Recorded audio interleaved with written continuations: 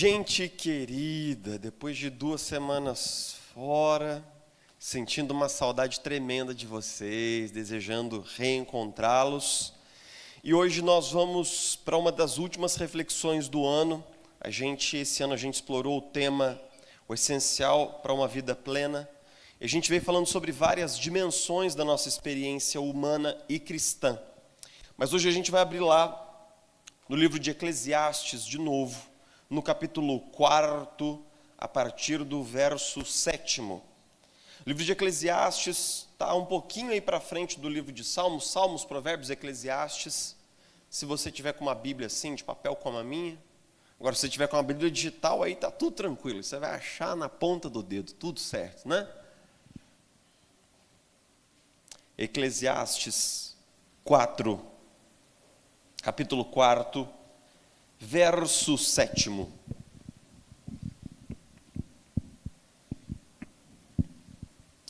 Eclesiastes 4:7 diz assim: descobri ainda outra situação absurda debaixo do sol. Havia um homem totalmente solitário, não tinha filho nem irmão, trabalhava sem parar, contudo seus olhos não se satisfaziam com a sua riqueza. Ele sequer se perguntava: para quem estou trabalhando tanto? E por que razão deixo de me divertir? Isso também é absurdo, é um trabalho por demais ingrato. Você certamente vai reconhecer as palavras que dizem assim: devia ter amado mais, ter chorado mais, ter visto o sol nascer, devia ter complicado menos, trabalhado menos, ter visto o sol se pôr, devia ter me importado menos com problemas pequenos, devia ter morrido de amor. Esse trecho da música dos Titãs sempre me propõe uma reflexão difícil quando eu ouço ela na rádio, ou quando eu ouço ela no carro, porque o título dessa música, que por sinal é uma peça de poesia muito bonita, o título dessa música é o quê? Epitáfio. Epitáfio, por sinal, é aquilo que homens inscrevem aonde? Na nossa lápide.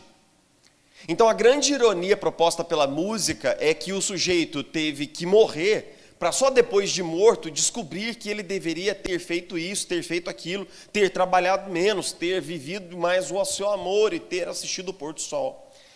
Então imagine só como seria se nós tivéssemos que aprender algumas coisas que seriam escritas apenas na nossa lápide, apenas no nosso epitáfio. O pastor Hugo, na semana passada, nos deu um overview, nos deu uma visão geral dessa grande teologia do descanso, dessa grande promessa do descanso. Deus que criou o homem e depois descansou e entregou a nós o descanso.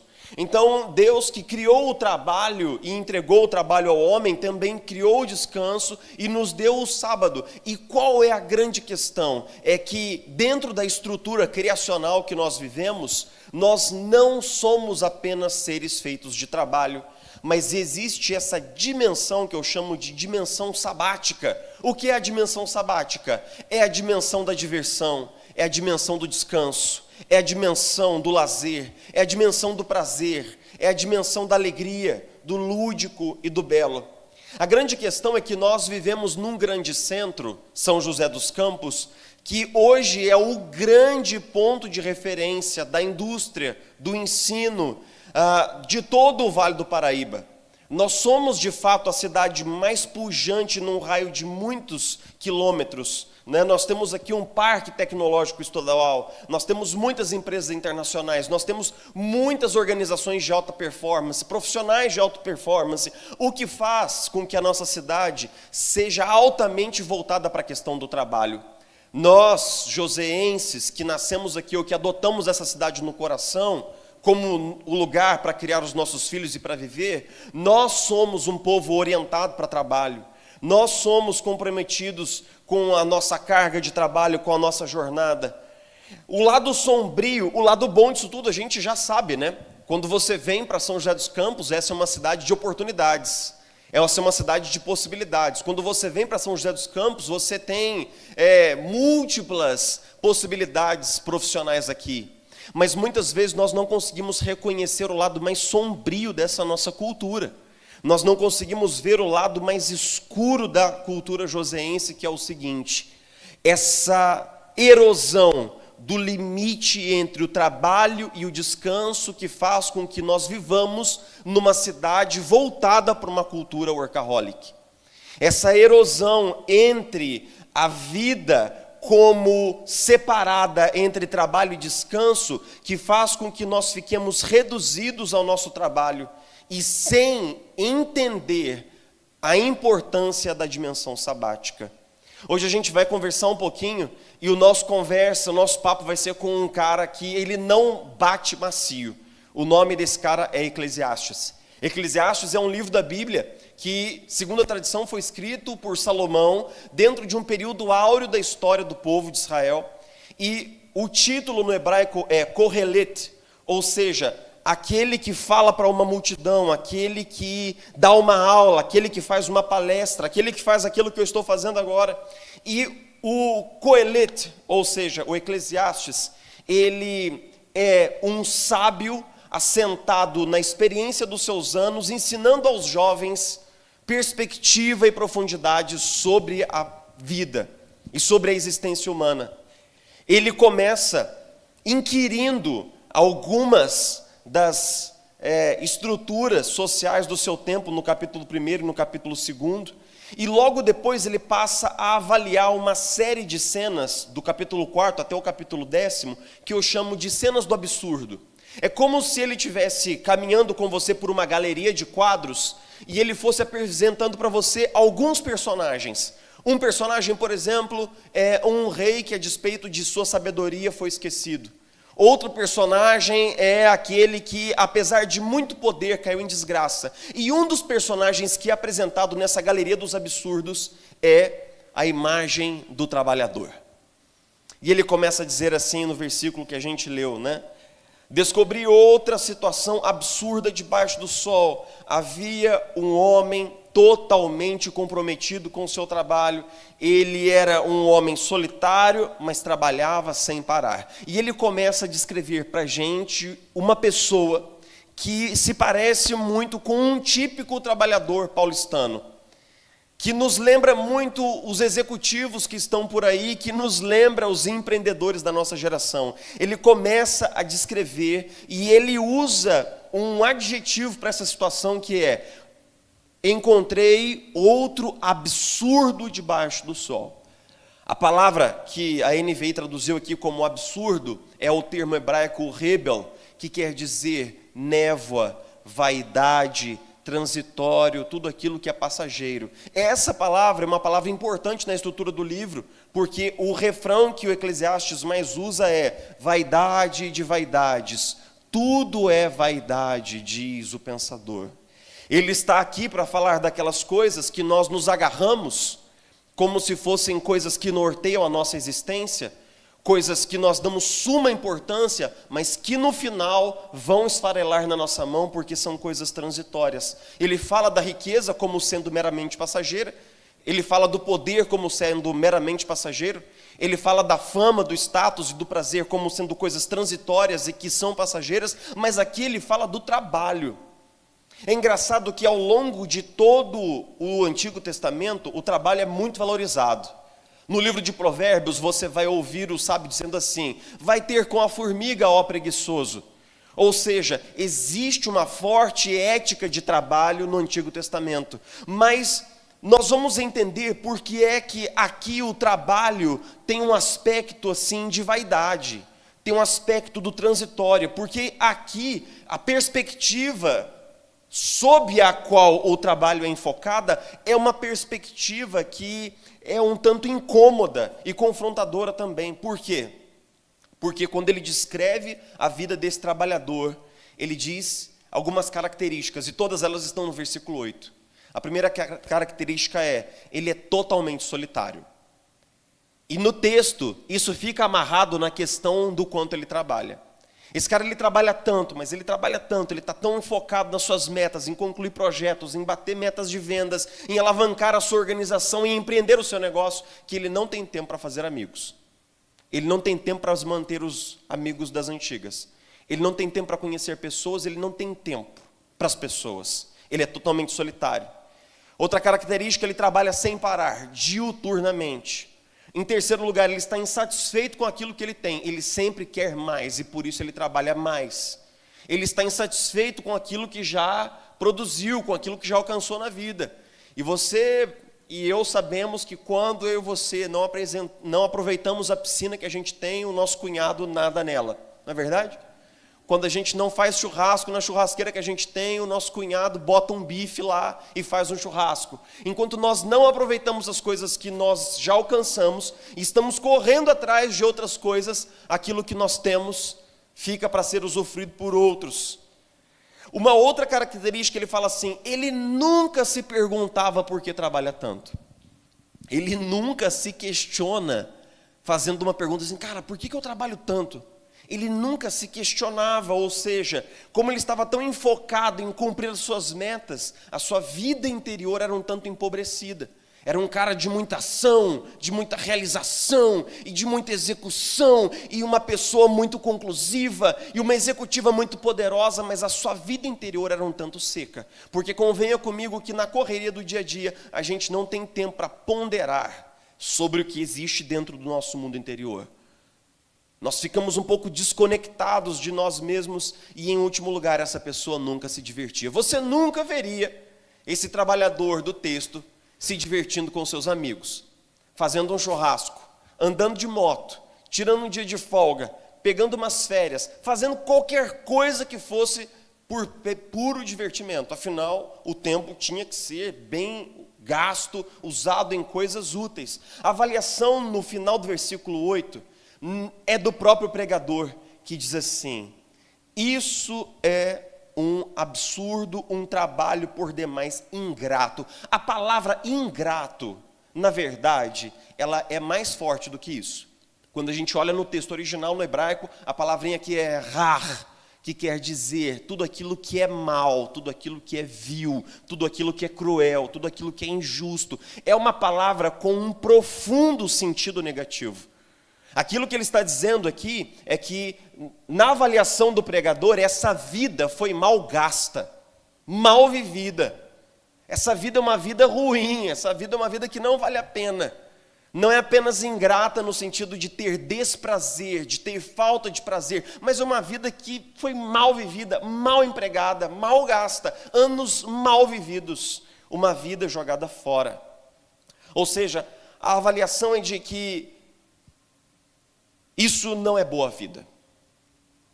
Imagine que você está fazendo uma viagem pela capital do time que se sagrou hoje 3 vezes campeão do mundo, né? Parabéns para os nossos irmãos. Fiquei feliz de ver o nosso futebol latino-americano representado lá, né? A quem pensa o contrário, e eu respeito. Então você está andando por Buenos Aires, e aí então o guia te conduz para um dos pontos importantes da cultura daquela cidade, que é o famoso cemitério da Recoleta. Todos sabem que ali está enterrada Evita Peron, e você passa naquele cemitério numa belíssima tarde, um cemitério muito limpo, muito bonito, que é um ponto turístico da cidade de Buenos Aires, e você passa lendo as lápides. E então você lê uma lápide que diz assim, aqui jaz um homem trabalhador. Um homem que trabalhou diuturnamente, foi bem-sucedido, tornou-se famoso, uma referência no seu trabalho, nunca tirava folga, nunca tirou férias, não gastava 1 minuto sequer assistindo os jogos da Copa, não tinha uma moto, não tinha amigos, não fazia churrasco, viveu para o trabalho, acumulou grande patrimônio, tornou-se rico e famoso.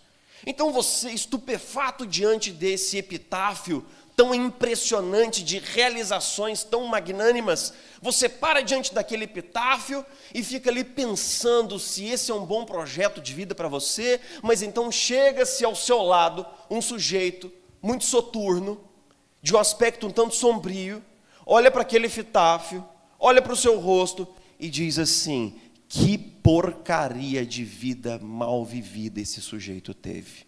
Um fracassado, um amargurado, um entristecido. O velório dele foi uma patifaria, não tinha ninguém para carregar o caixão.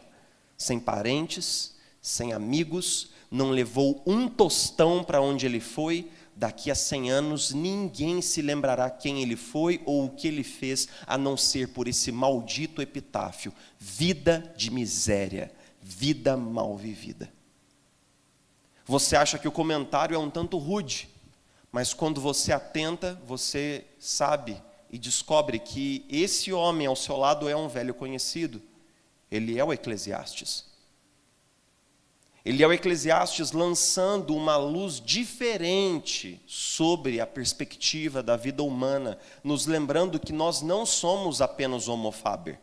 Homo faber é uma expressão latina, homem que fabrica, homem que trabalha, e que foi usada pela célebre filósofa judia Hannah Arendt para fazer uma crítica sobre a ética do trabalho moderno, aonde você é virtuoso se você morre de tanto trabalhar.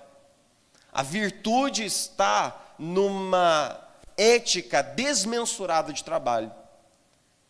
A virtude se encontra quando você gasta sua saúde, seus anos, quando você se ausenta da sua família e os seus filhos ficam abandonados, então você é tido como uma pessoa virtuosa na modernidade. E isso nunca aconteceu antes. Sabe por quê? Porque todos os que viveram antes de nós, eles viveram num mundo em que o trabalho era muito prezado, mas a família também era, o casamento também era, o descanso também era, o churrasco também era.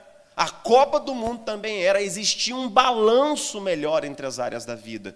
Mas quando nós iniciamos uma sociedade industrializada, onde tudo é gerado por meio de vendas de bens e produtos, o trabalho passa a ocupar um lugar dilatado demais na vida.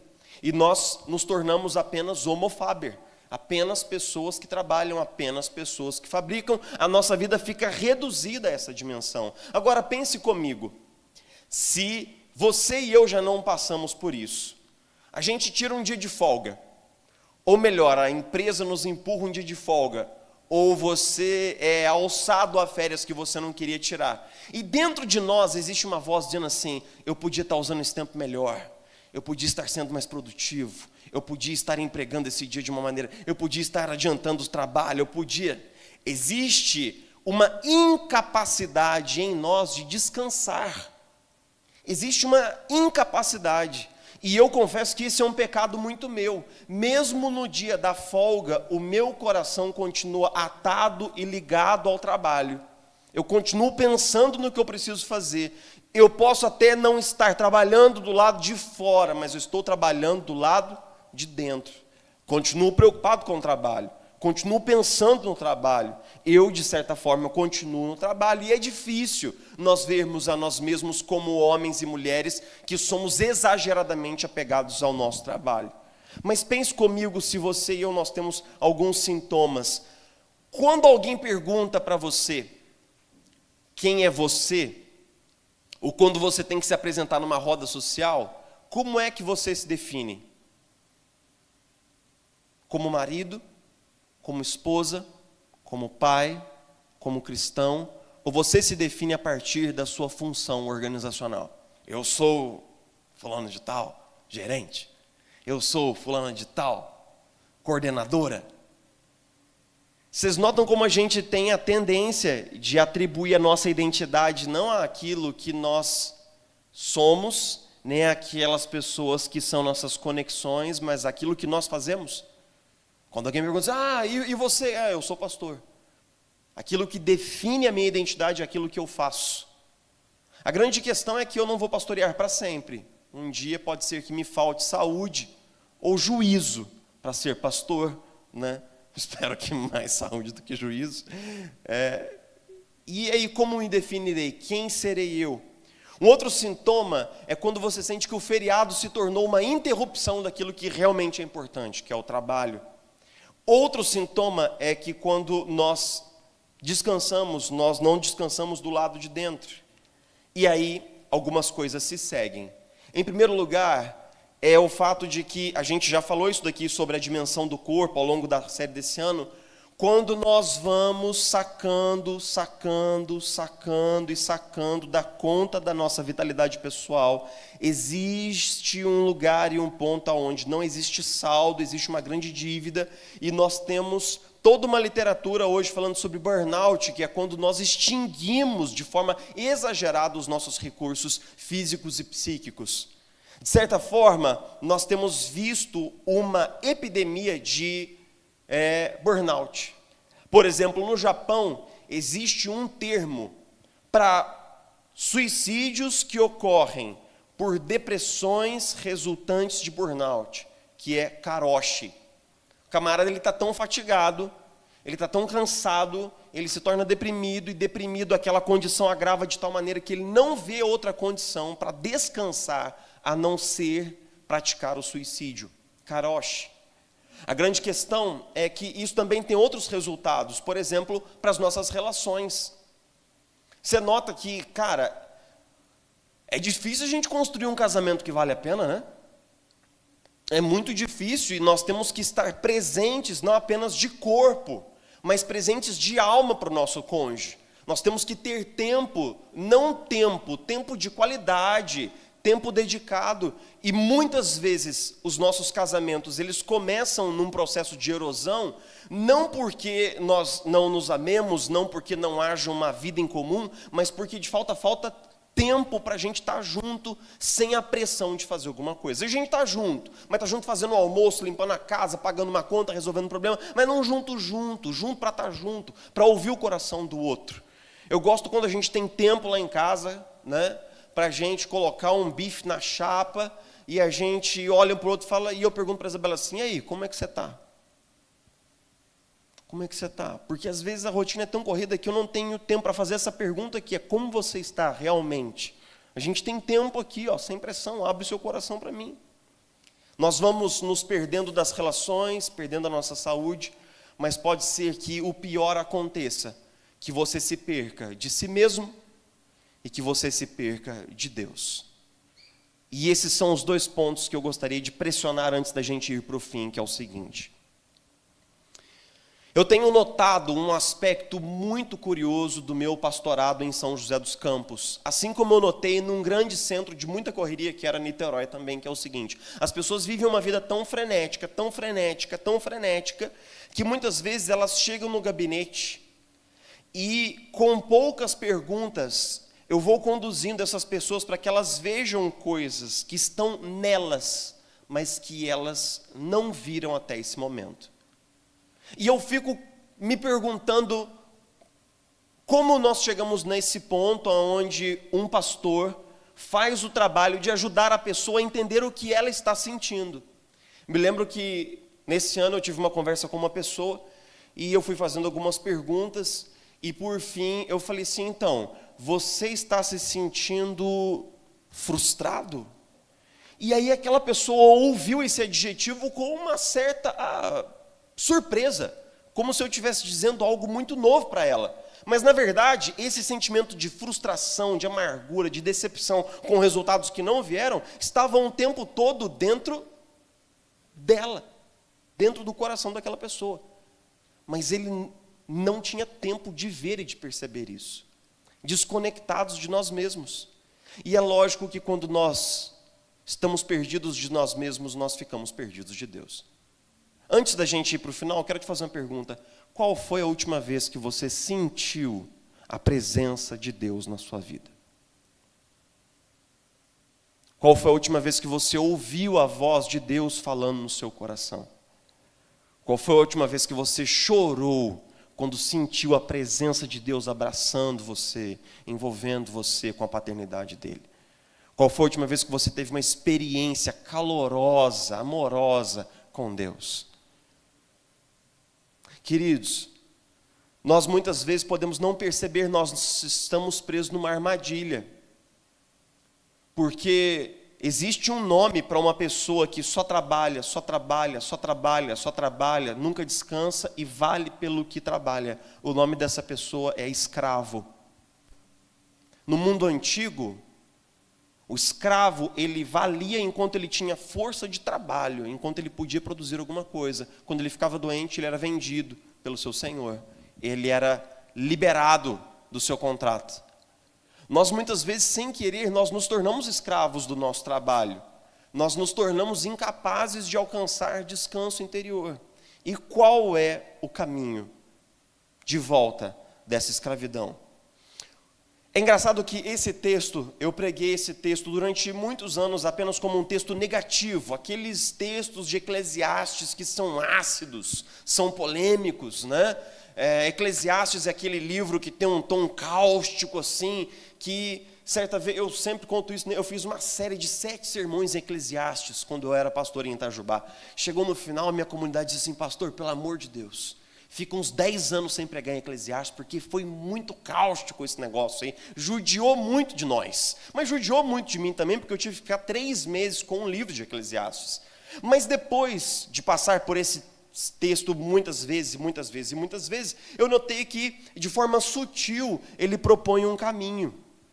Ele propõe um ponto de ancoragem para que a gente possa ter uma mudança de perspectiva, que é exatamente o versículo 8, quando ele diz assim: ele nunca se perguntava por que trabalho tanto.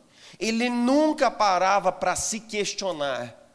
E é lógico que quando o Eclesiastes fala assim, que ele nunca parava para se questionar, ele está apontando para nós um caminho, uma porta de saída dessa escravidão, que é o quê? Questionar, que é fazer perguntas. Eu costumo dizer o seguinte: eu já pastoreei muitos workaholics, eu já fui um, fiz terapia, anos, para tratar esse aspecto da minha vida e a minha relação com o meu trabalho. Meu primeiro terapeuta ficou 3 anos comigo, apenas, quase que exclusivamente nesse ponto, a minha relação com o meu trabalho. Eu me sinto super à vontade para falar isso aqui, que eu digo o seguinte: nenhum workaholic vai mudar. E todos nós que temos uma relação desbalanceada com o nosso trabalho, nós não vamos mudar, se nós não descobrirmos por que é que nós sentimos a necessidade de trabalhar até a última gota de sangue. Se você não souber, escravo você será. Falei igual o mestre Yoda agora, né? Tudo invertido, mas tudo bem. Se você não reconhecer, escravo será, né? E aí eu saco o meu sabre de luz aqui e faço uma pirueta no ar. A grande questão é que você e eu, nós precisamos questionar. Uma vez eu perguntei para mim: por que é que eu sou o pior patrão do mundo para mim? Eu era melhor patrão para as pessoas do que para mim. Se uma pessoa pedia folga, eu dava folga. Se uma pessoa pedia aumento, explicava, eu dava aumento. Mas para mim eu não dava folga. Para mim eu não dava aumento. Para mim eu não dava o benefício da dúvida. Se uma pessoa chegava atrasada no trabalho e explicava, eu era condescendente. Se eu chegasse atrasado no trabalho, eu sentia um mal-estar, aquilo durava dias. Eu era um bom patrão para os outros, um péssimo patrão para mim. E eu, como empregado de mim mesmo, eu sofria. Eu perguntava: por que eu sou tão ruim comigo? Sabe por quê?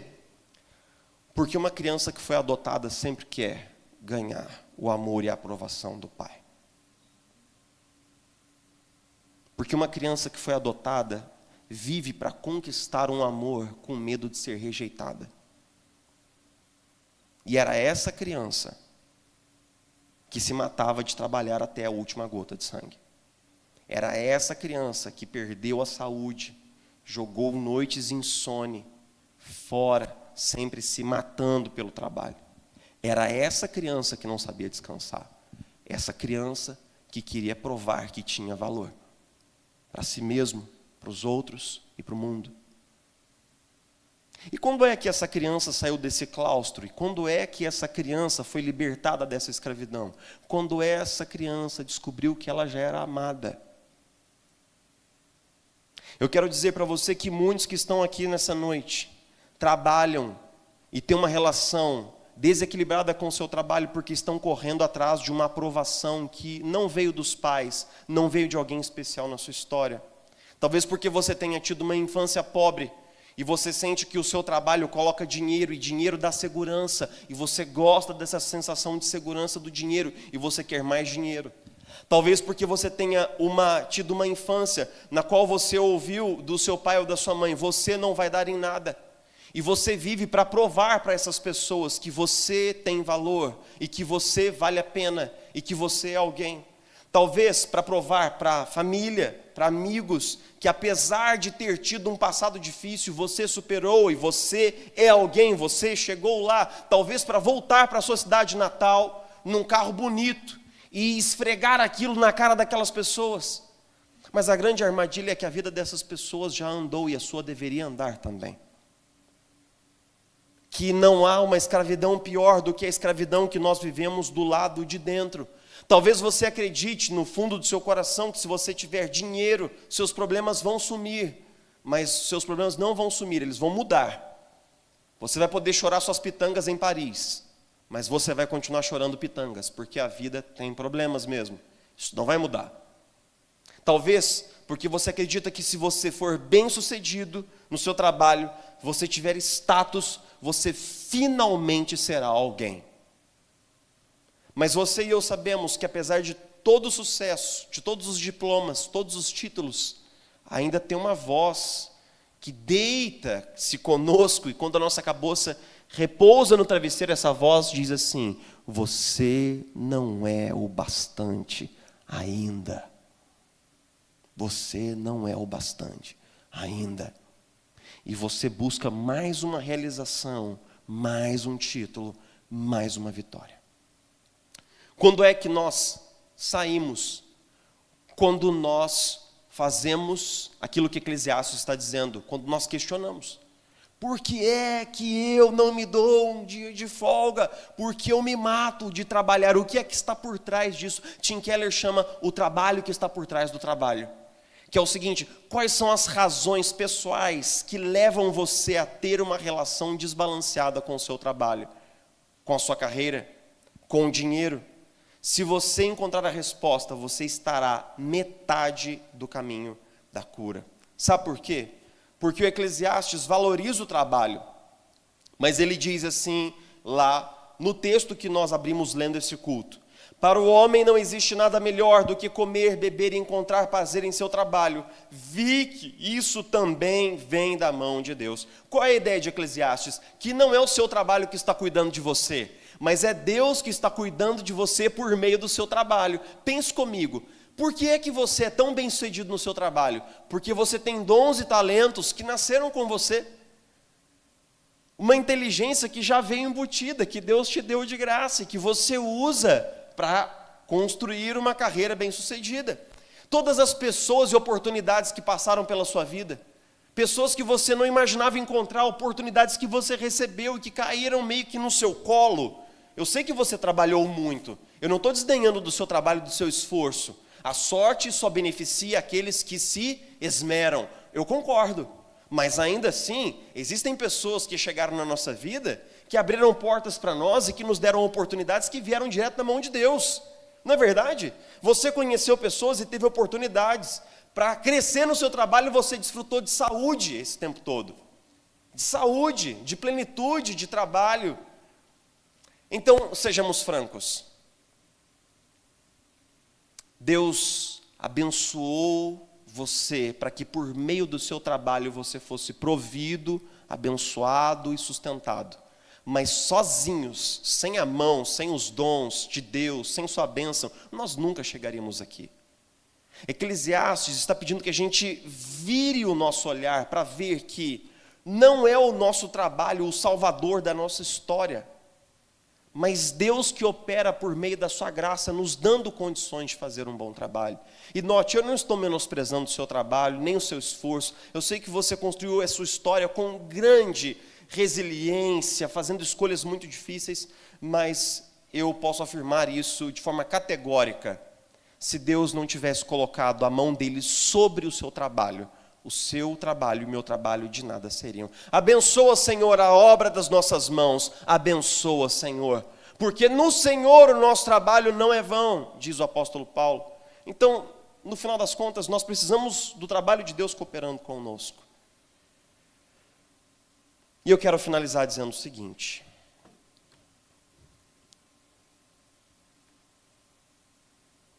Eu sempre prometo que eu não vou trazer questões minhas, pessoais, para o púlpito, mas eu não consigo evitar. E antes que eu pudesse me ver, eu já falei de mim e da minha longa jornada de luta com o meu trabalho. Eu vivi muitos anos, muito espremido pela minha tendência de ser um viciado em trabalho. Na época, Isabela e eu fizemos um trato que eu ia cumprir a folga pastoral. Os pastores geralmente têm folga na segunda-feira. Eu falo, folgar na segunda-feira é nada a ver, né? Tá todo mundo começando a semana no maior pique, eu vou ficar em casa olhando para o teto. Eu não quero ficar olhando para o teto, eu quero ir para o pique também, né? Então a gente pactou que seria na sexta-feira. Rapaz, eu vou falar para você, eu já contei aqui, era uma dificuldade louca, porque eu pegava minha bicicleta, botava em cima do meu carro e ia para aquele lugar horrível que é a orla do Rio de Janeiro, pedalar naquela paisagem assim, insalubre que são as ondas da Baía de Guanabara, tomava uma água de coco docinha assim, com o coração partido de não estar no escritório, e no final do dia, porque eu fiz um compromisso com a minha noiva, e eu precisava cumprir isso. E eu comecei a ver que ao tentar cumprir a folga pastoral, num lugar paradisíaco como o Rio, tem um dia de folga e tudo, o desprazer que havia no meu coração era um sintoma da gravidade da minha doença.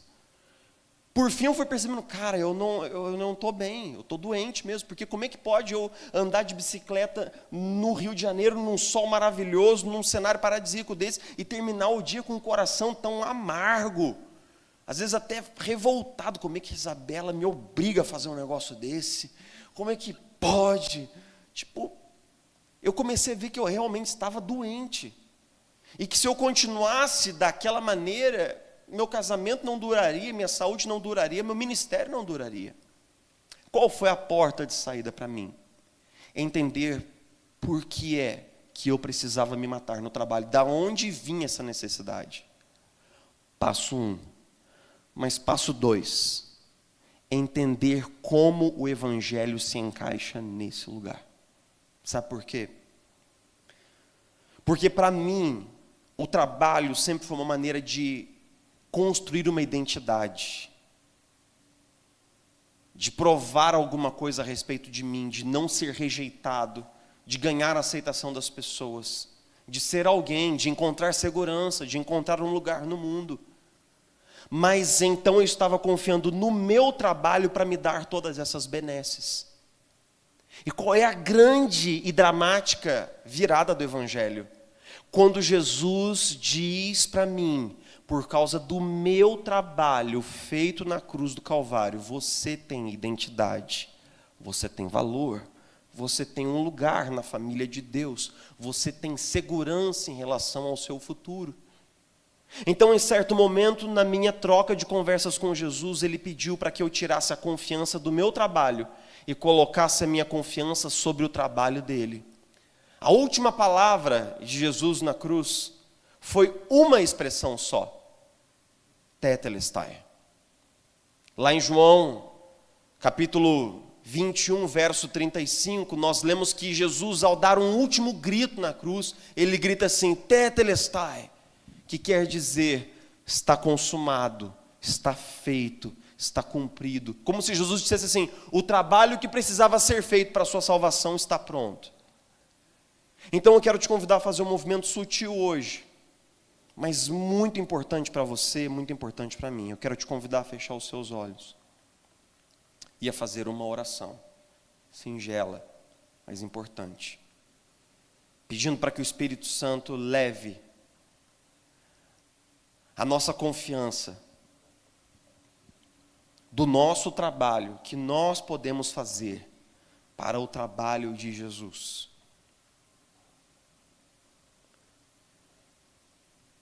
Venham a mim todos vocês que estão cansados e sobrecarregados, e eu os aliviarei. Tomem sobre vocês o meu jugo, e então vocês encontrarão descanso. Venham a mim todos vocês que estão cansados e sobrecarregados, eu os aliviarei. Tome sobre você o meu jugo Aprenda de mim e você encontrará descanso para a sua alma. Jesus, nós estamos chegando ao final desse ano de muitos esforços, de muito trabalho, mas nós queremos sempre trabalhar para o Deus da nossa salvação e nunca trabalhar para a nossa salvação. Obrigado, Jesus, porque tudo aquilo que nós temos buscado muitas vezes na nossa carreira, no nosso negócio, no nosso trabalho, nós podemos encontrar pela graça em você, Jesus, no seu amor. Nós podemos encontrar identidade, sentido, segurança, valor. Nós somos aceitos como somos. Nós temos valor pelo que somos em Cristo. Obrigado, Jesus, porque finalmente nós podemos descobrir o que significa descansar. Descansar é saber que nós já chegamos aonde precisávamos chegar. É saber que por meio de Jesus nós já somos salvos, já somos amados, já temos uma identidade, já somos alguém. É saber que nós já estamos no lugar certo. É saber que nós podemos de fato estar com o Senhor, descansar nos seus braços. Jesus, muito obrigado, muito obrigado. Que o teu evangelho possa mudar a nossa relação com o nosso trabalho e possa nos ensinar a descansar.